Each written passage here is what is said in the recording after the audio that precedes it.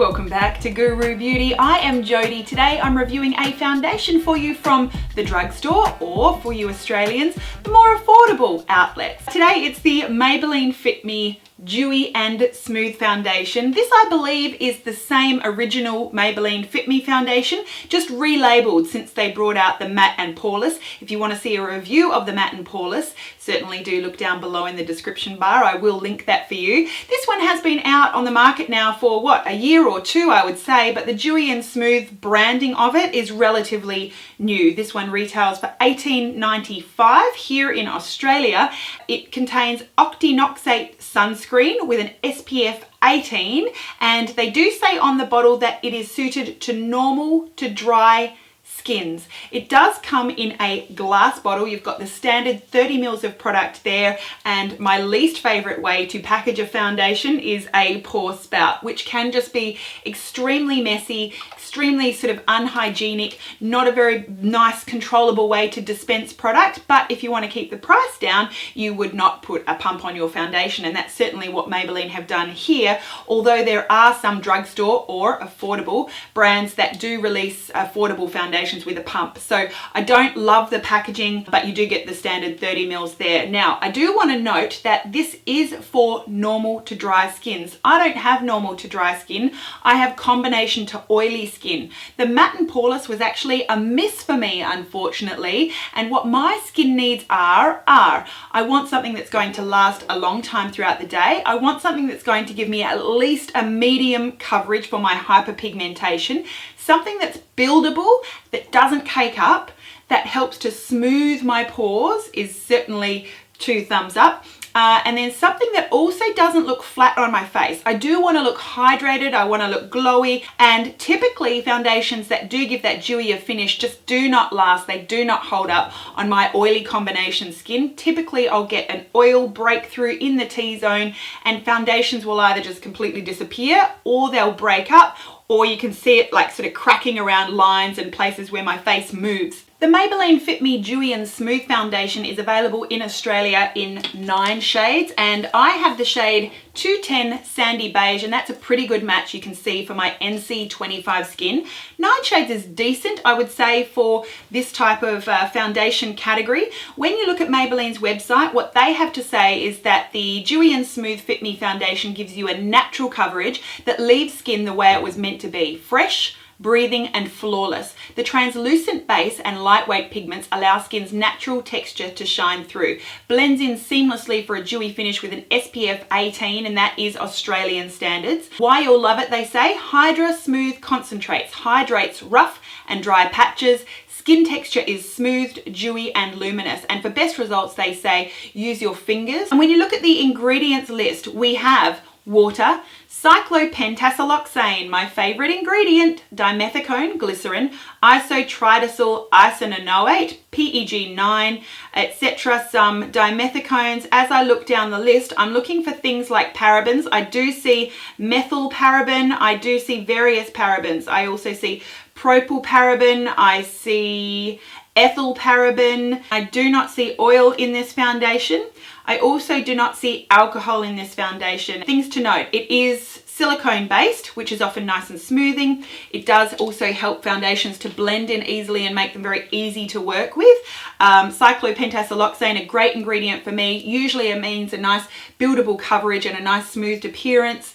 But yeah, you do have parabens. That's about all I have to say about the ingredients list. When you look at Makeup Alley, this foundation has a rating of 3.1 out of 5. That's probably less than average, I would say, and without actually filtering for different skin types, I would say probably the shininess, I'm going to guess that it's something that may not be mixing too well for those with oily skins, but I'm going to give it a shot. Now, if you want to see how this foundation applies on my combination oily skin with pigmentation that needs coverage, keep on watching. I will also be back at the end of the day to show you how it's worn on my combination oily skin, and I'll share with you my final thoughts and recommendations. Today I'm going to use it without a primer, but I will just very lightly powder down my T-zone. I'll leave the rest of my face dewy, and we'll see how this one stands up for my combination oily skin throughout the day. As I'm applying the foundation with the Sigma, this is an old code SS187 brush. It's just a loose stippling brush similar to the MAC 187. I would note that the foundation doesn't seem to have any kind of fragrance. It is building up nice coverage as I go. It blends in very, very easily, so we don't have to work too hard with this foundation. And I would say that's true for whether I use fingers, brush, sponge. Just very easy to work with and apply and blend in. It doesn't have an appearance where it sits on the skin. It's not like a separate layer. It does kind of just meld in very, very easily. It's just giving a very slight glowy finish as well. So we'll see if that one lasts after it's had a chance to sit on the skin.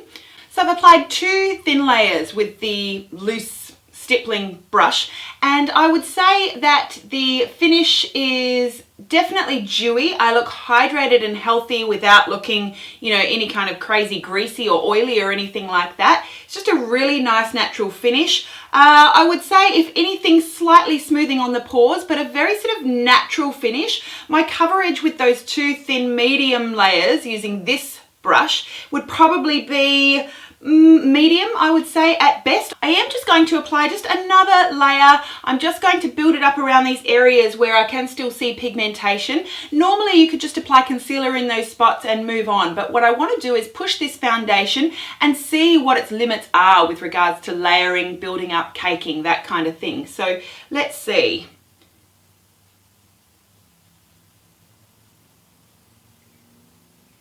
I have the feeling with the texture of this foundation that it is just very blendable, very easy to work with. It builds just, yeah, in a very nice way. As you add the foundation, you are getting more coverage with this foundation. So yeah, I'm pleased with that 3rd thin layer. Color match is great.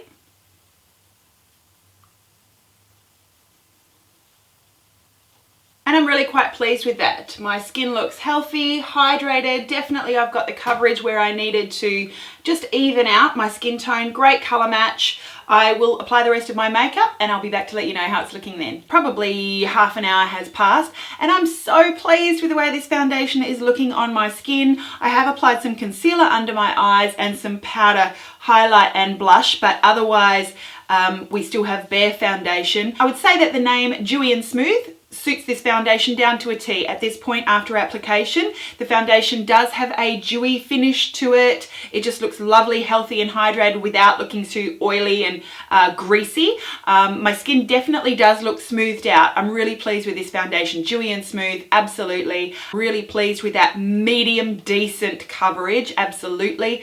But it just makes my skin look healthy and lovely. It certainly doesn't look like it's sitting on top of my skin. It doesn't look like I'm obviously wearing that foundation. It's just a lovely finish. It's beautiful. I couldn't be more happy with the way that the foundation looks on my skin at this point. I will actually powder down with a little bit of loose powder. I'm using very affordable BOE Professional High Definition Finishing Powder. Just a loose silica type powder. You can pick this one up from Big W, less than $15. And I'm just using a sponge, a beauty blender. I find that a really nice way to apply powder without, you know, putting on too much. So I'm just going to pop that on just around the T-zone. We'll see how this thing's going to wear throughout the day. I'll be back then to let you know my final thoughts and recommendations. 4 hours now after application of the Maybelline Fit Me Dewy and Smooth, and I really could not be happier with the way that this foundation looks on my face. I look really hydrated and healthy and dewy. I don't look greasy or oily. The foundation really hasn't changed that much since I first applied it, so really pleased that I don't look particularly greasy, particularly in the T-zone. Absolutely awesome at the 4 hour mark. Really excited to see how it looks at the 8 hour mark. We're at the 10 hour mark after applying the Maybelline Fit Me Dewy and Smooth foundation, and I honestly could not be happier with the way that my skin looks with this foundation on at the 10 hour mark. I did touch up halfway through, but you know what? For a dewy foundation, I would have expected that I needed to have touched up many, many more times.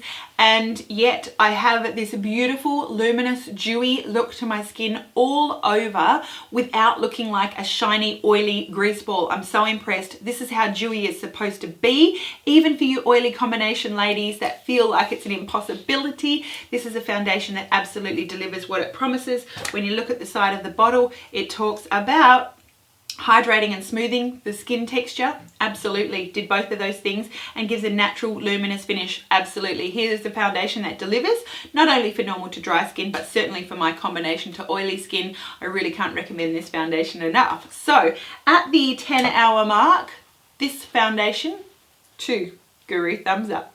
So there you have it. You know, when it comes to the Maybelline Fit Me foundation in the dewy and smooth formulation, what I love about it is that it does what it says. It is dewy, it is smoothing, it does give you a natural luminous finish, it does have a natural coverage, it looks nice and natural on the skin, it does hydrate and smooth the skin texture. So well done, Maybelline. You actually deliver in terms of what you say you're going to do, and you actually do it on my normal combination skin. This is not the first foundation recommended for normal to dry skin that my combination oily skin has actually enjoyed. The Revlon Color Stay, my preference is the actual normal to dry formulation there. I find that it's just a beautiful, slightly more luminous finish that still lasts a long time on my skin. So don't immediately discount the normal to dry formulations if you do have combination oily skins. Sometimes they just hold up beautifully with an oil control primer or a slight powder down the T-zone. So think about that. I do love that this foundation is affordable. I do love that it does what they say it does, and it just works beautifully for my skin with a slight powder down the T-zone, maybe 1 or 2 touch-ups, a really nice finish that's absolutely worth it. Please do let me know what your experience has been with this foundation, your skin type, your skin needs, what you found this foundation does and doesn't do. I would love to hear from you. Thank you for watching. Have yourself a gorgeous day, and don't forget, you are beautiful. But you know what? It's all lovely to want to look at, but make sure you be it. It's the most important of all. And I will see you again really, really soon. Bye.